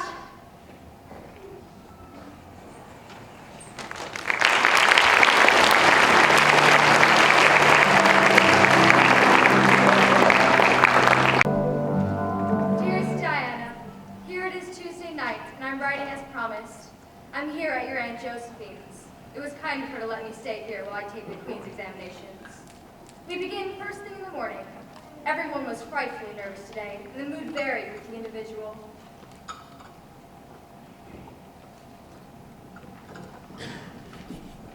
My hands are as cold as ice. Feel my hands, Josie. I think I'm going to fail algebra. I really think I am. Charlie, you have to be more positive. Okay. I will fail algebra. I know I will. I've been studying with Anne. She knows everything. I'm sure she'll do well. Even if she does pass, I don't think she'll be able to handle the grind of studying to become a teacher. Anyway, Gilbert will do better on the exams than Anne. Jimmy Glover bet Ned Wright a whole dollar that Anne would score higher than Gilbert. The Bible says we shouldn't bet. Where does it say that? 6 times 12 is 72. 12 times 7 is 84. 12 times 8. Moody Spurgeon, what are you doing? Same multiplication tables. 12 times 9 is... He's been saying them for 3 hours. It steadies my nerves and makes me calm. Now don't interrupt. 12 times 10 is 120. 12 times 11... Hello, everybody. I'll be around to pick up your rooms early in the morning, so you should all get a good night's sleep. I know you wish to study all you can, but I recommend do not cram tonight. Just relax and clear your head, and I suggest that we begin by taking a short break and going uptown for ice cream all around my tree. I'm very proud of y'all, and wish you the best of luck tomorrow.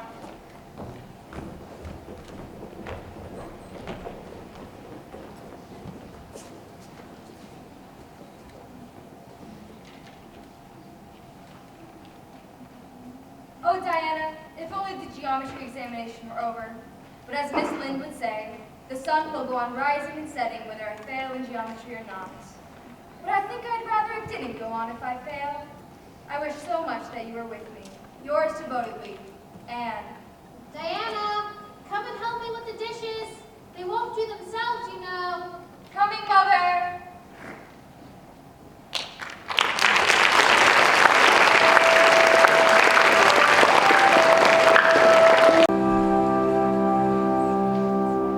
Matthew, Marilla, I'm home. Home. How lucky I am. I love you, Green Gables. Love you to pieces. And you too, Matthew. Well, now, how did you get along? I have this creepy crawly feeling I didn't pass. But I'd rather not pass at all if I don't come ahead of guilt. I mean a certain somebody. Oh, Marilla, how I've missed you. Seems like I've been gone a lot longer than 3 days. More like 3 years. How did you do? She thinks she's failed, but I don't believe a word of it. Well, if she did, the beach would be going away next year. When will you know? The paper comes out in Charlottetown today, but we won't find out till tomorrow. But right now, I don't care about it. I'm just glad I'm here with you two. Marilla, what's wrong? Probably her headaches again. No, it's not that. I just missed you. That's all. I'm glad to see you. And I fear you'll be gone next year. If I pass. And I'll visit on all the weekends. We'll even have the train service by then. You've grown so tall and stylish. You're even quiet now. I just wish you could have stayed the way you were, even with all your funny little ways. But you've changed. Not really. Just branched out a little. And no matter how much I change, I will always be your little Anne who loves you, Matthew, and Green Gables better and better each day. Now you've got me on mushy and silly acting. Put on your everyday clothes and help me feed the chickens. I love nothing better. Anne, are you back yet? Diana! Oh, I'm so sorry I didn't knock. It was dreadfully impolite of me, but it's urgent. Look, you passed. What? Father got the letter from Bright River not hours ago. Here's the pass list. Look, you and Gilbert tied for first, and everyone from Avonlea passed. Oh, Miss Stacy's gonna be so proud. Moody Spurgeon got a conditional in history, and Josie Pye barely scraped by. But you all passed, and your name is at the top of the list. Oh, Matthew. Marilla. Look at this. I passed, and my name's at the top of the list. Well, one of the names at the top of the list. I'm not being proud, I'm just very thankful. I knew you could beat them all. You've done pretty well, I must say. Oh, Anne, I got your letter this morning. It all sounds so exciting. You must tell me everything. I must help Marilla feed the chickens. Matthew can help me. You girls do your visiting and catch up on everything. Of course. Oh, you wouldn't believe the examinations. I suppose you did an all right job with her after all. Oh, go on. And me putting my oar in every now and again didn't hurt too much. She's kind, pretty, and loving too. She is that. There never was a lucky mistake in what Mrs. Spencer made that day. If it was a mistake. I believe it was Providence. I believe the Almighty saw that we needed her.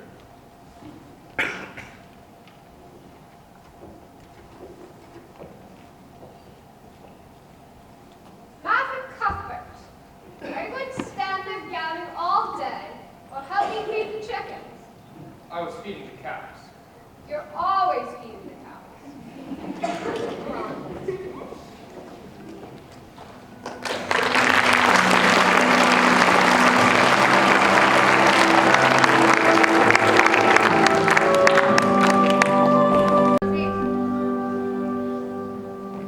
Josie, please hurry. It won't be daylight much longer.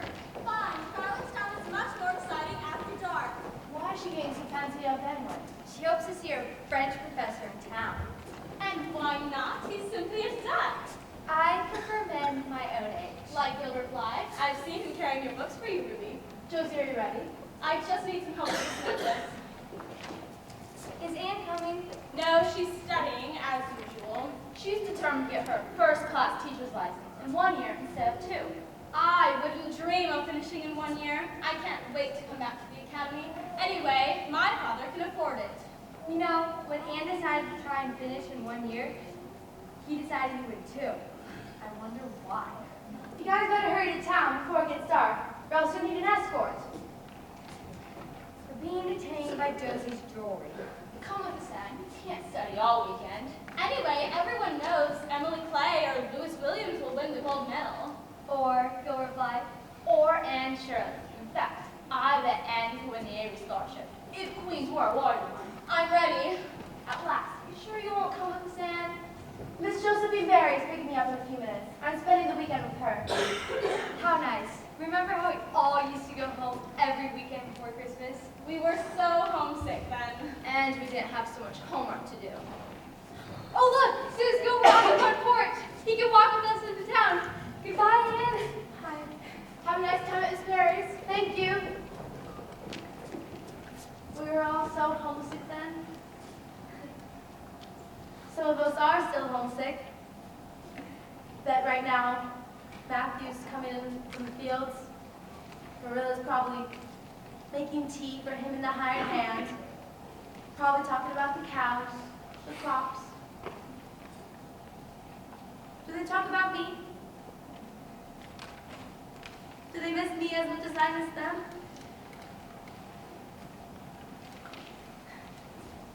Abby, girl. Miss Mary.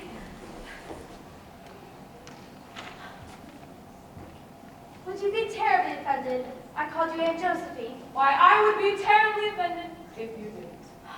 Thank you so much for letting me come to your house. Well, will you stay the whole weekend? No. The final examinations are right around the corner, and I must do well in order to get my teacher's license. Well, we'll make the most of one day then. I had my cook bake a fancy wild turkey with all the trimmings. Now, how does that sound? Absolutely splendid. Now, come on now, the driver is waiting. By the way, did I see that black boy on the porch? Maybe. Good match for you, I think. He's attractive, seems studious, ambitious, and he possesses an even more important feature, Which is? a strong chin. Are you serious? I am serious. Now, come on. A man with a weak chin is enough to leave you as he is to love you. Now, when I was a young girl, there was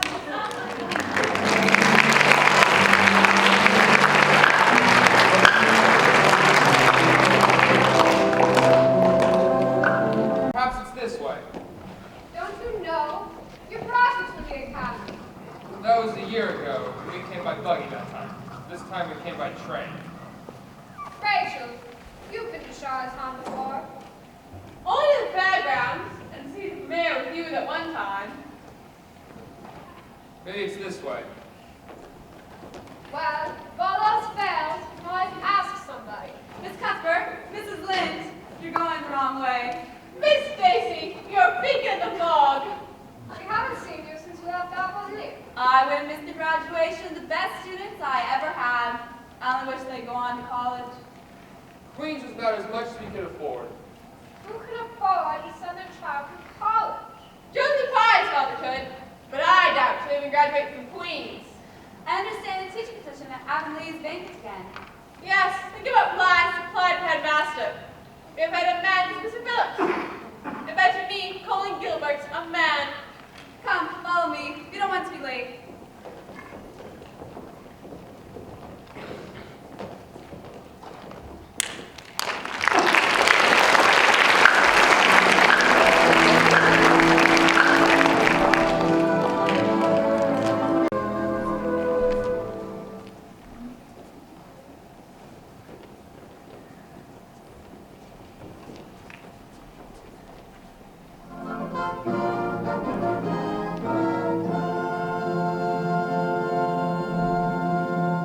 Thank you again for your kind attention.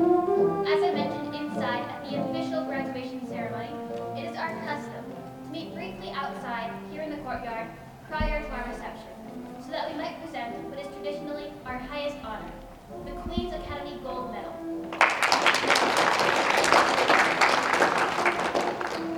I'm very honored to announce this year's recipient, a student who has shown outstanding qualities both personally and scholastically. From Avonlea's Prince Edward Island, Mr. Gilbert Blythe.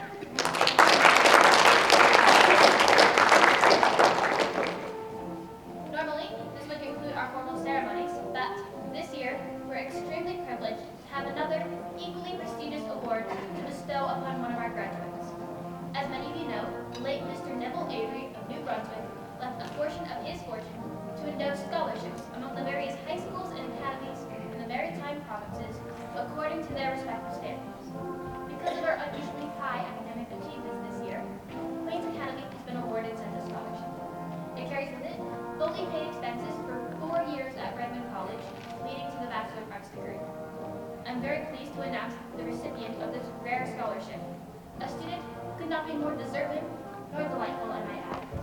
Again, from the village of Avonlea, Prince Edward Island, Miss Anne Shirley.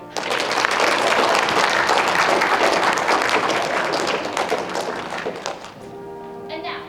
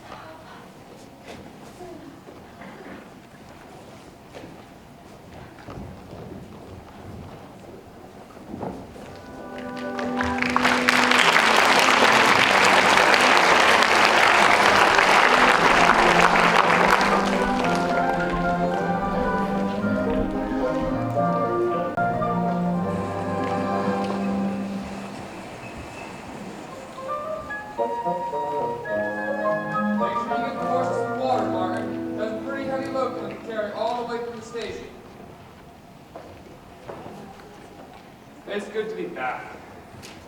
We've only been gone 2 days. I suppose it's about as long as I've ever been away. Well, I'm glad we got a new full-time hired hand. Looks like he took care of things okay while we were gone. Now, you let me get the rest of the bags. You mind your heart. Just get the mail. Where's Anne? Still gabbing the down, I reckon. It was nice of the Barrys to let her ride back with us. I'll be right over there as soon as I am back. Oh, Green Gables, how I miss you. Spent every minute memorizing this place before we go off to Redmond. Marilla, let me help you with the luggage. No, child. You rest a little. You've earned it. Take a first-class teaching license and an Avery scholarship, all in 1 year.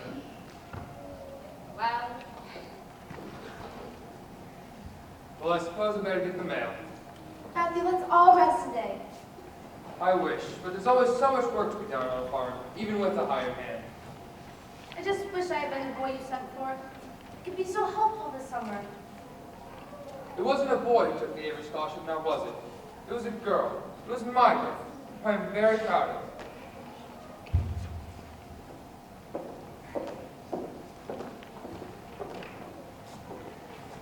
Here, let me help you get these up to my room.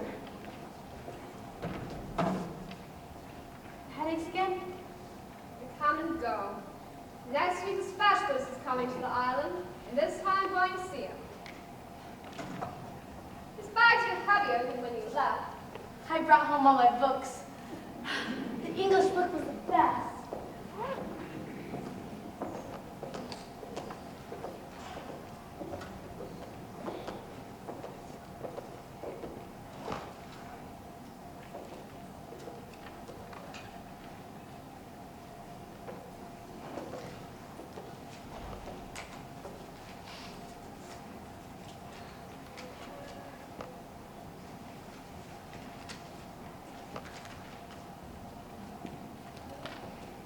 Well, now. Well, now.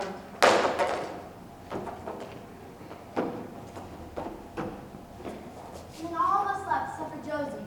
And there she was, surrounded by the... Well, look. Matthew, what's wrong? It's the bank. It's failed. No. Are you sure? It's all right there. Matthew, you've got to lie down. You're sick. I should have listened to you and put our money to the savings bank like you said. It's too late to do anything about that now. Anyway, you didn't have that much. It's gone. All gone. Matthew, is it your heart? Matthew! Anne! I'll get to his room. You go get Harrison. Tell him to go to the doctor at once. Yes, I'll get the berries and the lids. More, it's Matthew. He's sick. Really sick.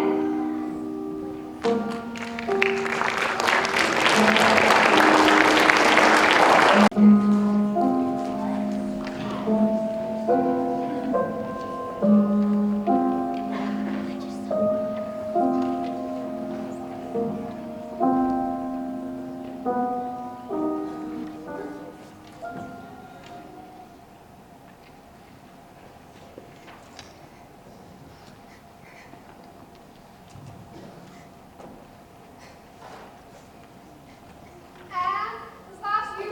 Yes, Marilla. I'm going to be late for church. I just need my hat. Where have you been? I got up before you did. I went to Matthew's grave and planted these roses. White Scotch roses. He liked them the best. What are we gonna do without him? We'll just have to do with each other now. I hope you know I love you. As much as Matthew did. It's never been easy for me to say things so hard, but I love you. As dear as if you were my own flesh and blood. And my joy and comfort ever since you came to be here. Marilla.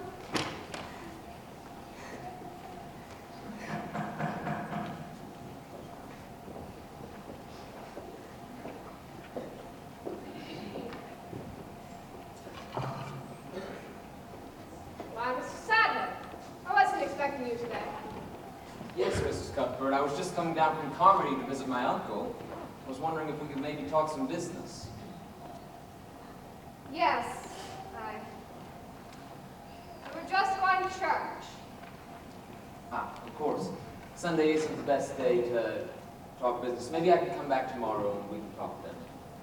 Good day, Victoria. Marilla, You best be getting ready for church. what did that man want? You know how punctual Reverend Allen is with the services. Marilla, what kind of business? Suppose we may as well look now as later.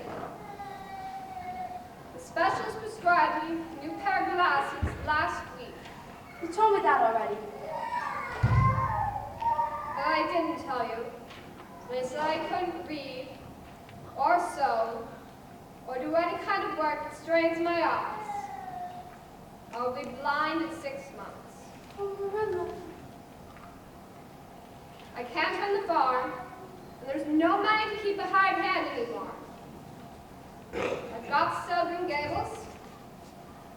Mr. Sadler wants to buy it. Sell Green Gables.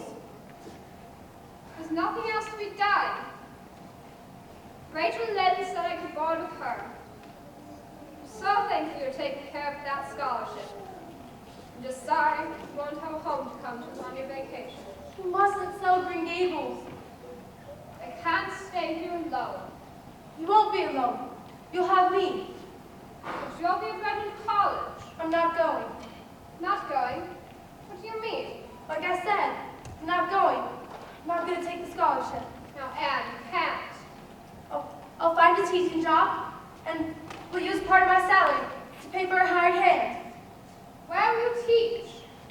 Gilbert Blythe already has a position here at Avonlea, and any place else would be too far away for you to live here. Then I'll be the hired hand myself. I'll cook for you, I'll read to you, and it'll be cozy just you and me. I can't let you give up that scholarship. I can't let you sell Green Gables. But your dreams, Anne, your ambitions. They haven't changed. They've just been put aside for a little. You see, it's like a bend in the road. You just have to bend with it. Now, go on to church. I'll catch up with you. Blessed girl. That's Mr. Sadler. I'll just tell him. Why? Gilbert Blythe. Morning, Miss Cuthbert. Maybe you can get Anne to hurry along. She's awful full of stalling tactics today. Hello, Anne. Hello, Gilbert. I understand from Mrs. Lynn you plan to sell the farm. Why does Avonlea need a newspaper when we have Rachel Lynde? Marilla was going to sell, but not anymore. Because you're going to give up your scholarship and stay here. How did you know? I know you, and your love for Green Gables. But how will you manage? You don't have a job, do you? I'll find something. How about the teaching job here in Avonlea? But that job is yours. I've heard the Board of Trustees has already approved it. I withdrew my application. But why? I found a job at White Sands. I recommended you for the position here. The board said all you need to do is apply. Thank you, Gilbert. Thank you. I hope after this we can be friends, and you'll forgive me of my own faults. I forgave you a long time ago. I was just too proud to admit it. May I walk you to church? I think the service has already started. You go on ahead. I'll catch up. It's too bad Mr. Phillips won't be there. Our old teacher? Why him? He might make us sit together for being late. Then let's pretend he is there, and we'll sit together anyways. I have an idea. Why don't I reintroduce myself, and we'll start all over again. An excellent idea. My name is Gilbert Blythe. Very pleased to meet you. I'll be waiting for you at church. My name is Anne Shirley. Please call me Cordelia. I think Cordelia is much better. My name is Anne. Anne with an E at the end. And at this moment, God is in his heaven. And all is right with the world.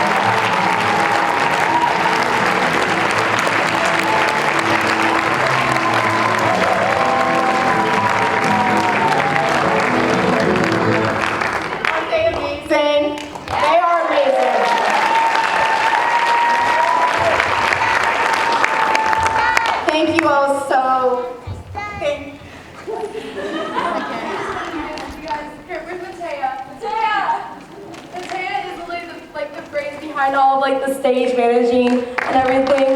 We give them a round of applause.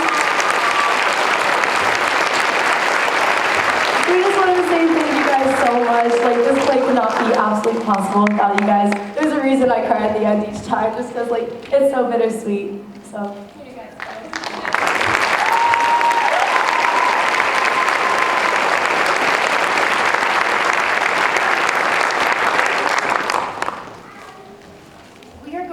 Together for a brief picture right here. Donna is going to come up. They know exactly where they're going to stand, so it'll be super fast. And